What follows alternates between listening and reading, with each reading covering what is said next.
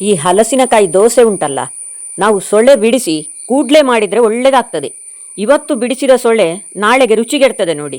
ಕೆಲವೊಮ್ಮೆ ಫ್ರಿಡ್ಜ್ ಇಲ್ಲದಿದ್ದಲ್ಲಿ ಅಥವಾ ಕರೆಂಟ್ ಇಲ್ಲದಿದ್ದಲ್ಲಿ ನಾವು ಹೇಗೆ ಸೊಳೆಯನ್ನು ಇಡಬಹುದು ಎಂದು ನಾನು ಈ ವಿಡಿಯೋದಲ್ಲಿ ನಿಮಗೆ ಹೇಳ್ತೇನೆ.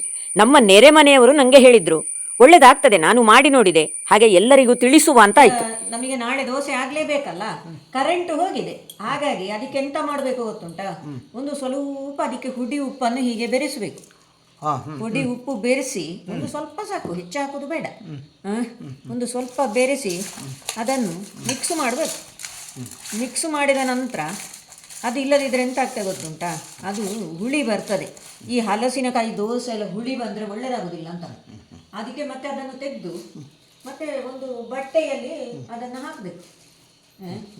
ಈ ಸೊಳೆಗಳನ್ನು ಸ್ವಲ್ಪ ಉಪ್ಪು ಬೆರೆಸಿದ ನಂತರ ಅದನ್ನು ಈ ಬಟ್ಟೆಗೆ ಹಾಕಬೇಕು. ಹೀಗೆ ಬಟ್ಟೆಗೆ ಹಾಕಿ ಅದನ್ನೊಂದು ಕಟ್ಟಬೇಕು. ಕೆಲಸ ಸುಲಭ, ತುಂಬ ನಾವೀಗ ಸ್ವಲ್ಪ ಅಲ್ಲ ನಮಗೆ ಮಾಡಲಿಕ್ಕೆ ಇರುವುದು. ತುಂಬ ಇದ್ದರೆ ದೊಡ್ಡ ಪಾತ್ರ ತಕ್ಕೊಂಡು ಮಾಡಿದರೆ ಆಯಿತು. ಹೀಗೆ ಇದನ್ನು ಹೀಗೆ ಇದರಲ್ಲಿ ಬಿಳಿ ಬಟ್ಟೆಯಲ್ಲಿ ಹಾಕಿ ಹೀಗೆ ಒಂದು ಗಂಟು ಕಟ್ಟುವುದು. ಹೀಗೆ ಹೀಗೊಂದು ಕಟ್ಟುವುದು. ಮೊದಲೆಲ್ಲ ಎಂತ ಮಾಡ್ತಾ ಇದ್ರು ಗೊತ್ತುಂಟಾ, ಈಗ ಇದಕ್ಕೆ ಈ ಉಪ್ಪು ಬೆರೆಸಿ ಚಂಡಿ ಬಟ್ಟೆ ಹಾಕಿ ಅದರ ಮೇಲೆ ಇಡ್ತಿದ್ರು.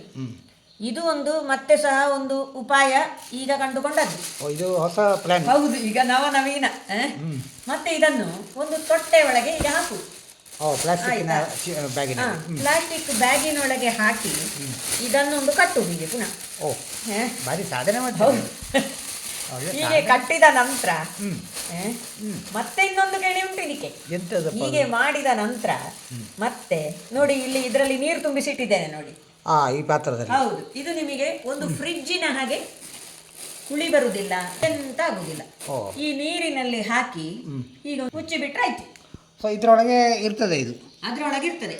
ನಾಳೆ ಬೆಳಗ್ಗೆ ಎಂತ ಮಾಡ್ಬೇಕು ಹೇಳಿದ್ರೆ, ಈ ನಾವು ಅಕ್ಕಿ ಕಡಿಯುವ ಸ್ವಲ್ಪ ಹೊತ್ತು ಮೊದಲು ಈ ಬಟ್ಟೆಯಿಂದ ಅದನ್ನು ತೆಗೆದು ಸ್ವಲ್ಪ ನೀರಲ್ಲಿ ಹಾಕಬೇಕು. ನೀರಲ್ಲಿ ಹಾಕಿ ಆಮೇಲೆ ಅದನ್ನು ನೀರಿನಿಂದ ತೆಗೆದು ನಮ್ಮ ಯಾವಾಗಿನ ಕ್ರಮದ ಹಾಗೆ ದೋಸೆಗೆ ಹಾಕಿ ದೋಸೆಗೆ ಕಡಿಬಹುದು.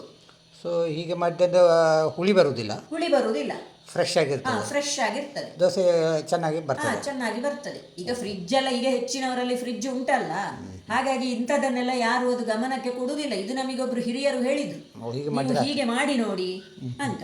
ಹಾಗೆ ಒಂದು ಪ್ರಯೋಗ ಮಾಡುವ ಅಂತ. ಸರಿ, ನಾವು ಮಾಡಿ ನೋಡದಿದ್ರೆ ಗೊತ್ತಾಗುದಿಲ್ಲಲ್ಲ. ಜೈ ಹಲಸಿನ ಸೊಳೆಯೇ, ನೀ ಎನ್ನ ಮನಸ್ಸು ಸೆಳೆಯೇ.